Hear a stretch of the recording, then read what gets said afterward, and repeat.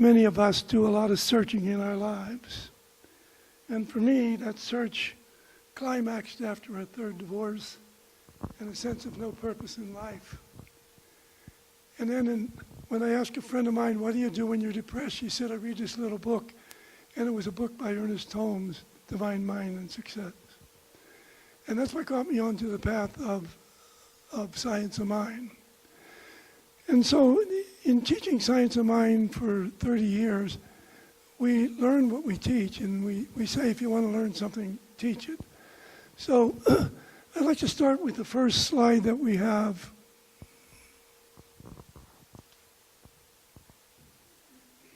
And it might take a little while to get through all these papers today.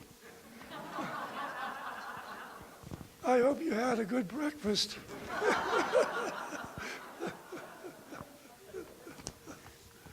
So, what is Science of Mind? Science of Mind, Ernest Holmes studied philosophy, religion. Oh yeah.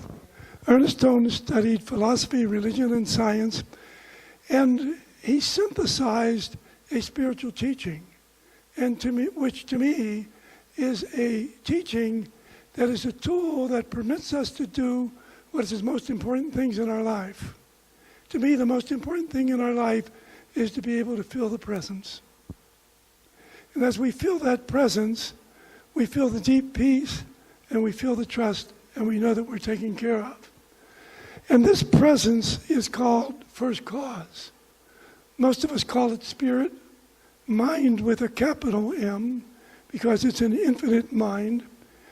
Invisible essence, because we don't see it at this essence. At a higher level, we would be able to. And Science of Mind studies the power in back of creation, the thing itself, which is God. And the crux of it is that we're one with God, and we are divine beings, but we have gotten so consumed in the human self that we have let slip the attitude of divinity and of the recognition of who we are. Jane? So our individuality is something that is not given to us automatically by the divine. We're each created as a unique seed in the mind of God, and then we are left to create from the gifts and talents that we have what we will be. And each person is a unique personality. Each person is a unique creation. Each person is a unique expression of God as itself through us. Interesting, right? So I'm standing in front of a bunch of gods. We are all part of the one divine. Obviously, it is the totality, and we are an inseparable part. But our job is that we must carve our personalities out, and as we live on this planet, our personalities get carved by our experiences, but each one of us takes a different experience from the same episode of life. And we may learn a different thing or take on a different trait in learning to become the powerful spiritual beings in the physical realm. In the physical realm? Isn't that interesting? So the crux of it is that what you make out of yourself, both on the third dimension and the higher dimensions, the spiritual dimensions, is your creation. So what you are today was and is your creation. If you don't like it, start loving it. So we are all each unique. So I think this is one of the most magnificent things of creation, is that nobody is like you. Nobody's like me. Nobody's like Susan. Nobody's like Phil. We're all wonderfully unique. And each one of us is born with a seed of freedom in us. And if you look at the world today, you might wonder what happened to it. But that seed of freedom is still in us. And what you're seeing today is the uprising of that seed of the spirit of freedom rising up in the different nations to be expressed to free this planet, so this planet can be what it was intended to be. The other thing is that so many people struggle for abundance, and it turns out that abundance is our birthright. The thing that deprives us from abundance is our belief. And one of the great points that Ernest Holmes made is that our thoughts are the prelude to our reality. That was the line that got me into Science of Mind. And if our thoughts are the prelude to our reality, then who's creating our life? Who's in charge? Who's in charge of our abundance? Who's in charge of our spiritual path? Who's in charge of our romantic life? We are. We are. But we need to assume that power. And Science of Mind teaches about the law and love. So Jane, let's go to the next slide for this one. Science of Mind teaches that love rules through law. Everything in the universe is love and law. And love is the divine givingness, while law is the way. Love is spontaneous. The law is impersonal. We're going to talk about that one. And love points the way, and the law makes it possible. Now, every thought that you have radiates from you out into the universe. Every feeling that you have radiates out into the universe. And every belief that you have radiates out into the universe. And your radiation is a God creation of your reality. So, if you don't like your reality the way it is today, look at your thoughts and look at what thoughts need to be changed. Most of us were taught to judge ourselves, and most of us judge ourselves rather severely. That is not a divine attribute. That is not a divine attribute. The divine is to love. How many people here have ever experienced the oneness? Raise your hand. Okay. So the majority of the people here know that when we experience the oneness, we experience the great love of God. And here's the thing that dumbfounds me. We have experienced the oneness with God. We know that God loves us totally and unconditionally. God would never judge us. God is too pure to judge its own perfect creation. And yet we judge ourselves because we've been taught. And now it's time to learn from the benefit of Ernest Holmes, the teachings, that we need to learn to love ourselves, to accept ourselves, and to recognize the divine, magnificent creations that we already are. Jane? So one of the problems that we have is that in life, some things are visible and some are invisible. So if you've been a part of science for many years, science teaches that if you can't feel it, touch it, smell it, see it, hear it, or have some contact with it, that it doesn't exist. Of course, nowadays they're beginning to change their mind. So when we begin to get in touch with the spiritual attributes, which happens as we become more and more centered in our spirituality, we take on some of these qualities of clairvoyance, which is the clear seeing of that which is not visible to the average third-dimensional consciousness. We can hear the divine talk to us. Now, to most of us, we don't hear it through the ears, right? How many of you hear it just instantly like that when you have divine guidance? Yes. Yes. And you know it's divine guidance and not your own mind, not your own human limited mind. The next thing is sometimes people will smell an essence that doesn't exist there, that no one else can smell, and that is part of the higher vibrations. And the same with taste and touch and knowing and feeling.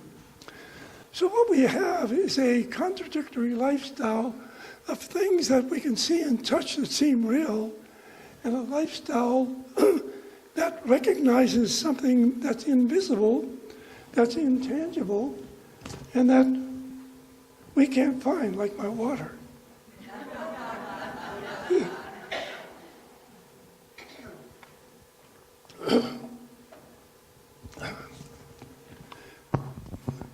The beauty of Ernest Holmes' teaching is that he teaches us that life is an inside job. And he teaches us about the law of cause and effect, karma, the golden rule, whatever you want to call it. It is a universal principle that says whatever you, and I'm paraphrasing now, whatever you radiate out into the universe will return to you in like. Now I want you to think about how many people you have judged this week. Anybody here get through the week without judging anybody?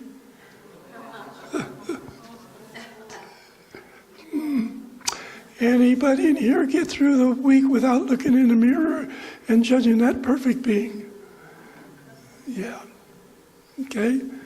And this is the time for change. This is the time to take advantage of the teachings of Ernest Holmes.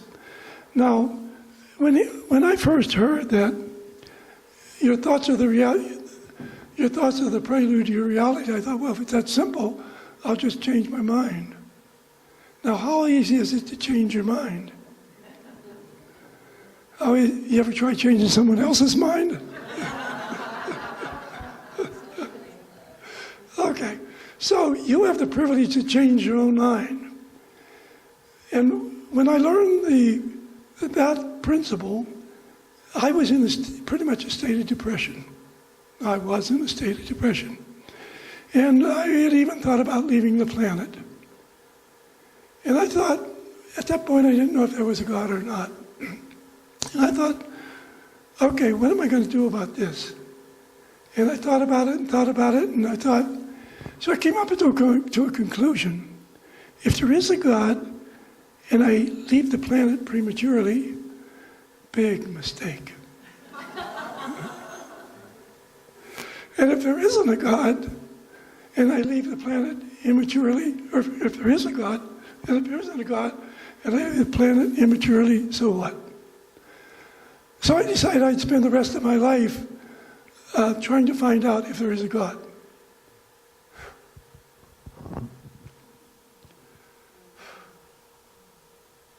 Yes, I know there's a God. Right here. Right here. Yes, I know it loves me. Yes, I know it sees me like I'm its perfection. And yes, I know he and she embrace each of us the same way. When we feel that divine love, it is the teacher. I am so grateful to Ernest Holmes for the science of mind and the realization that everything is law, and that in order to experience our higher self, we must be in cooperation with the law. The law is going to bring back whatever we put out. That's the primary teaching that he put out. And that we are the creators of our reality. No one else. And our present lives, some people believe in reincarnation, some don't. Whatever we are currently is the sum total of the consciousness we have had through whatever period we may have been through. But we are expanding consciousness, and our job here, according to Ernest Holmes, is to learn and to grow and to expand. He, like Judge Thomas Troward said, the purpose of creation is to create and to expand and to express. So, if you look out at other people or you look at yourself and you see that you're different, isn't that the divine purpose? For you to be who and what you are with your difference, and for you to be accepted the way you are. But how can you be accepted the way you are if you don't accept yourself? You know, people will come up to ministers and other spiritual teachers And they'll say, oh, what a beautiful soul you are. And you know what I say to them? I say, do you like the mirror? Because you can't recognize it in another if it isn't in you someplace. And so every person here has that divine spark in them. Every person here is magnificent. It was interesting that Ernest Holmes studied so many things and so many readings and so many books and science. And did you know that Ernest Holmes had Einstein in his house one time? Yes. And he had a lot of famous stars also, because he was interested in learning. I think the greatest gift that we get from Ernest Holmes in The Science of Mind is that he says, change your thinking, change your life. Well, most of us can't change our thinking overnight. I've only seen one person do it. I had the opportunity to counsel someone who just wanted to, they didn't have any problems, they just wanted like a tune-up. And in about the third visit, at the end, I did a closing prayer, and they weren't moving. And I said, are you all right? I said, yeah, Jack, just go ahead and leave. Just leave me here. So I did. And so the next week when I saw her, I said, what happened last week? And this was a woman that we would look at a problem, and I would make clear the source of the problem by showing it to her within herself, and then she would see what she needed to do about it. Just like that, she'd take it in and she'd change the behavior. How many of you can do that? Wow is right. Wow is right. So in that fourth week, I said, what happened last week? She says, Jack, after the meditation, after that closing prayer, she said, I went into the oneness, and I've been in it ever since. I ran into her 3 years later, and I asked her, how are you? She says, I'm great. I'm great.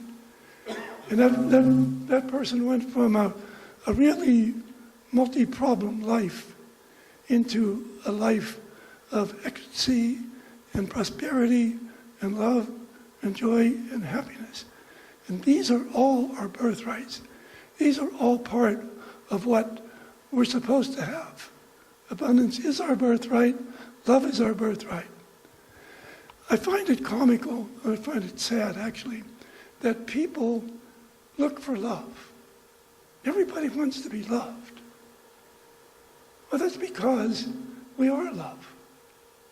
In our base, we are love. And yet we look outside ourselves for it. And where is the greatest love in the universe going to come from? Inside. But Ernest Holmes teaches us that it's up to us. We are the ones who are shaping our future, our present and our future. I remember the first time I had a spiritual experience. I didn't even know what it was. Crossing a bridge and just felt this energy come into my heart. And it was so overwhelming, I just started sobbing. And, I had done a prayer. I had said, boy, this was when I was first in the Science of Mind. And I had said, I would love if I could just cry. Because I've been so out of touch with my feelings for 40 years. And said, I give my right arm to cry. Well, thank God, God didn't follow me up on that one. However, within a year, in my first church in Seattle, I started to be able to cry. And I started to be able to be human again. And I was, because of what Ernest Holmes said and what he taught and what I read and what I tried to integrate, I was able to change from a man who was not in touch with his feelings to one who is in touch with his feelings. Oh my God, what a difference. Can you imagine when we have, in this phase that we're going through, the equality of the masculine and the feminine? And this is something that Ernest Holmes talks about too, is the balance. Each one of us needs to honor that balance within us, honor the masculine and honor the feminine. If you look at the news today, I got one question for you. Are the women honoring their masculine? Do you know what I mean by that question? What is the thing you're reading about most in the news? Sexual abuse of women, right? And who's standing up and talking about it, and who's bringing it into the news, and who's bringing it to the forefront? The men? No, it's the women. It's the women. And the men need to join in. And the men need to be an equal force, because that's part of our spirituality. And balance is one of the spiritual attributes that Ernest Holmes talks about. So, when science and religion shall walk hand in hand through the visible to the invisible. Now, I was so impressed by that I made a note of it. What he was saying is that our science didn't recognize the invisible, and yet Ernest Holmes and the Science of Mind teachings that everything is one. And let me find the right sheet in this multitude of papers here.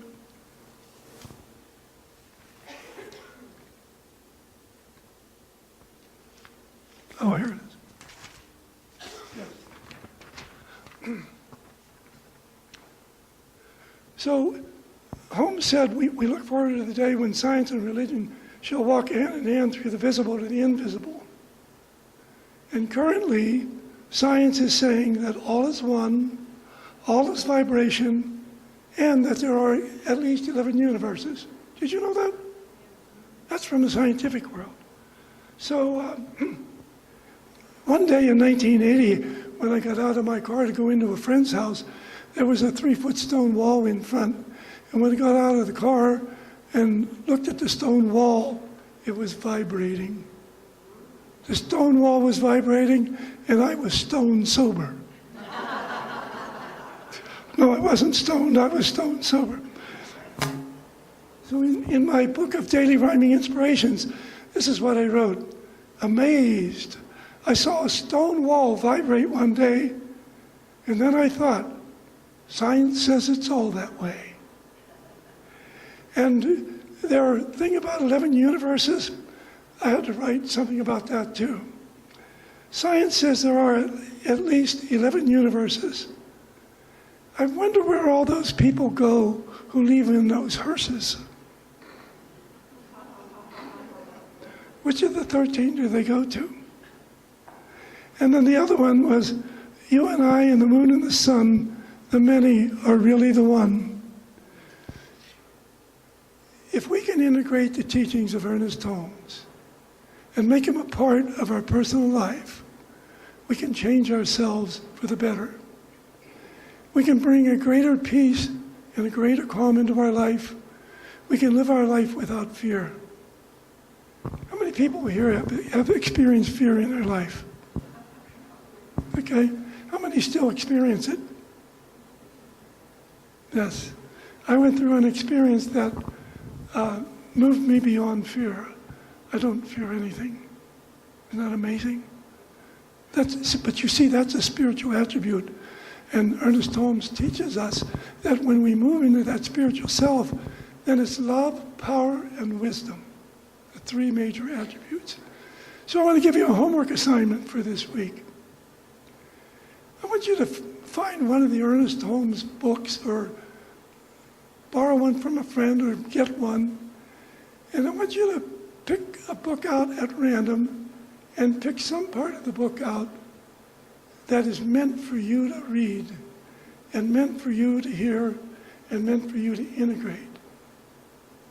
And as I close my talk, what I want to close with is a prayer that each one of you integrates the thing that is the greatest gift to elevate the level of my spirituality and yours. Are you game for that? You ready? Beautiful loving source. Wondrous God of my being. I feel your holy love and presence within me. and I feel it in everyone here. For I recognize there is only oneness. That one present everywhere, in everyone and everything. I am inseparably one with this oneness, and each person is here. Recognizing that I and we are one with this infinite intelligence, love, and power. I speak the word for myself and each person here.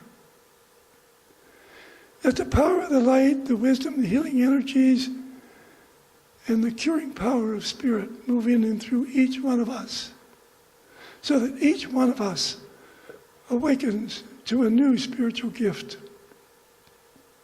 whatever that gift may be, so that it changes our lives and makes us more aware of the teachings of Ernest Holmes, makes us more aware of the truth of those spiritual teachings and the truth of who we are. And so I decree a greater awakening for me and for each person here through these teachings and through the inspiration of Spirit moving in and through each person's mind and heart. I decree that the loving source touches me and touches you with its beautiful love,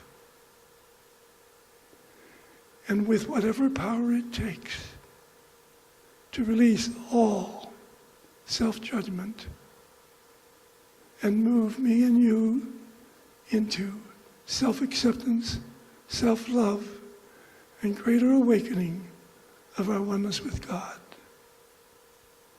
There is no greater gift. The realization of that oneness is the ultimate.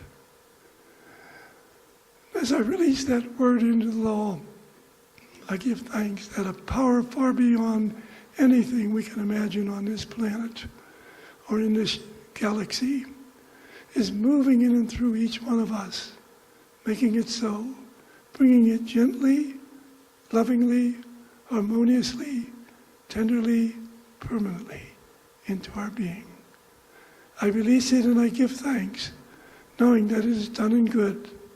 And join me in saying, and so it is.